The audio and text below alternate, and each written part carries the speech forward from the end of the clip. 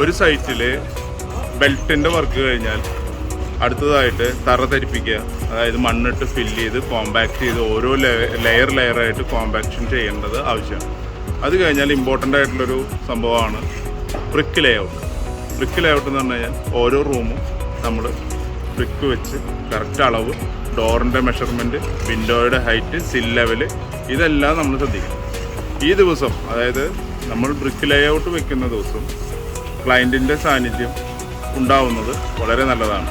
അതുപോലെ engineering, supervision സൈഡിൽ നിന്നുള്ള എല്ലാ ടീമും ഒരുമിച്ച് വേണം ഏത് സൈറ്റിലും ബ്രിക്ക് ലേഔട്ട് വയ്ക്കുമ്പോൾ.